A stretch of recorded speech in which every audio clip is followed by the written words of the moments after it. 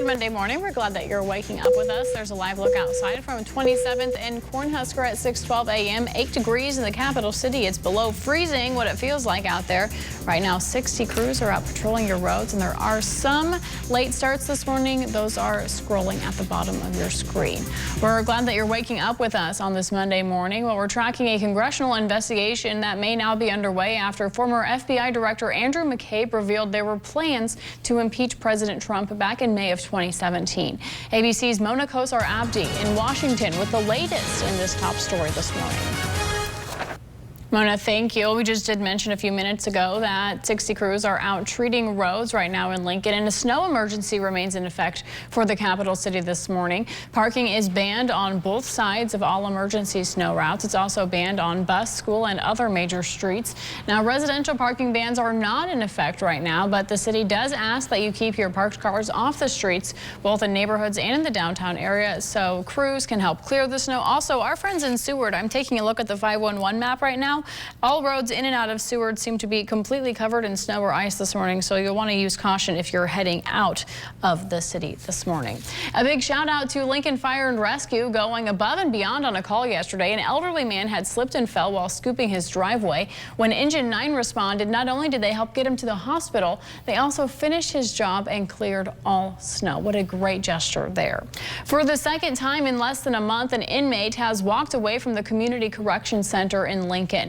Dominique Moody was discovered missing at around 4:30 p.m. on Sunday. He's serving a 6 to 9 year sentence for burglary. He's black, 27 years old, 5'6", 160 pounds, with black hair and brown eyes. If you do see him or know where Moody might be, call local authorities or the Nebraska State Patrol. Lincoln police have released the name of a man found dead behind a Starbucks last Friday. Police say a Starbucks employee found 42-year-old George Nichols near a dumpster outside that Starbucks near 33rd and O Street at 6:30 Friday morning. Officials have not released a cause of death, but they do not suspect foul play.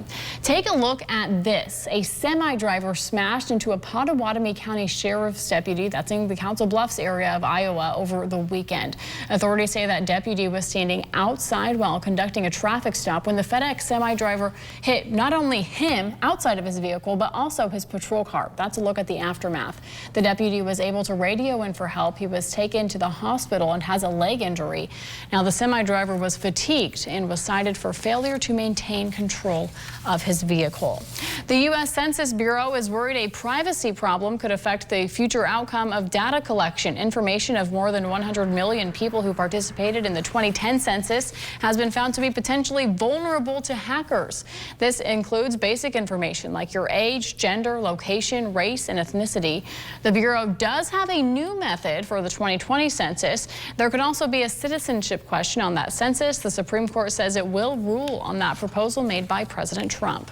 Economists warn Nebraska's annual farm income is forecasted to take its biggest hit in 17 years. The annual farm income is expected to drop below $2 billion for 2018. Low commodity prices and the trade war with China playing a big part in that decline.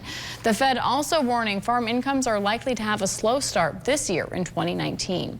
A voter-approved law to expand Medicaid in Nebraska is quietly taking shape. This comes as the state prepares to extend health coverage to an estimated 90,000 recipients. Key challenges still need to be resolved, and officials have not set a firm date to start enrolling people. Administrators say they don't want to rush that process, but some advocates say they'd like to see that enrollment start by fall of 2019 so people can get covered by January of next year. While taking another live look outside, there's a shot from our Tower Cam 8.